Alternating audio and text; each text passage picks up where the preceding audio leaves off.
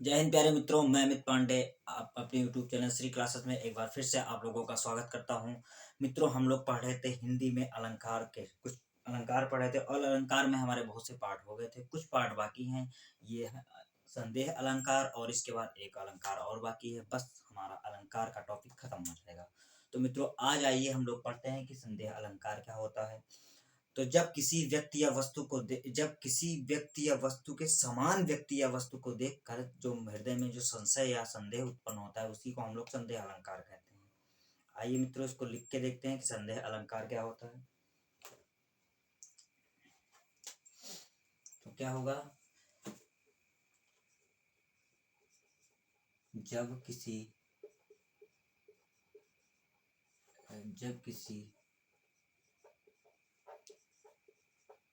व्यक्ति या वस्तु के समान जब किसी व्यक्ति या वस्तु के समान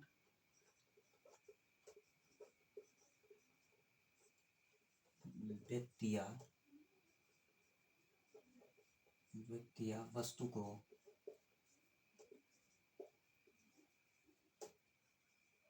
देखकर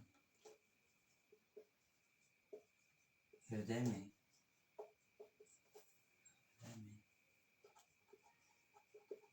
जो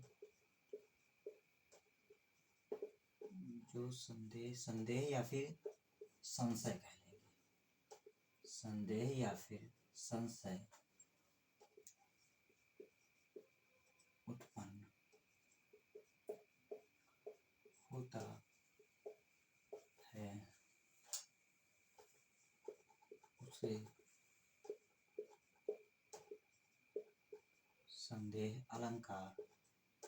उसे संदेह अलंकार कहते हैं।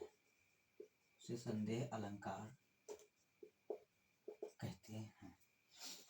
जब किसी व्यक्ति या वस्तु के समान व्यक्ति या वस्तु को देखकर हृदय में जो संदेह या संशय उत्पन्न होता है, उसे हम लोग संदेह अलंकार कहते हैं। अब हम लोग इसका उदाहरण देखेंगे कि यह है सरस ओस की बूंद, यह है मंजल मोती। मतलब कि ये सरस की बूंद है या फिर मंजल मोती है। तो आइए आप लोग देखते हैं इसका हम लोग उदाहरण क्या होगा। उदाहरण है इसका उदाहरण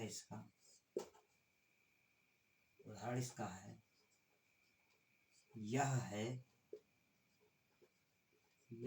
सरस ओस की बूंद, यह है सरस ओस की बूंद,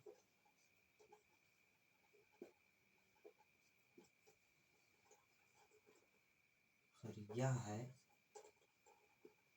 है मंजल मोती। यह है सरस ओस की बूंद, यह है मंजल मोती। वैसे मित्रों, इसका उदाहरण तो बहुत होता है, लेकिन ये आप लोगों के लिए बहुत ही आसान उदाहरण है। और ये आप लोग मत ध्यान मेरे बनाए ये आप लोग मत ध्यान रखिएगा कि ये संदेह अलंकार है, ये पेपर में नहीं आता।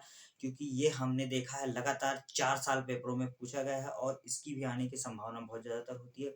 तो मित्रों, ये था आपका संदेह अलंकार कि जब किसी व्यक्ति या वस्तु के समान व्यक्ति या वस्तु को देखकर हृदय में जो संदेह या संशय उत्पन्न होता है, उसे हम लोग संदेह अलंकार कहते हैं।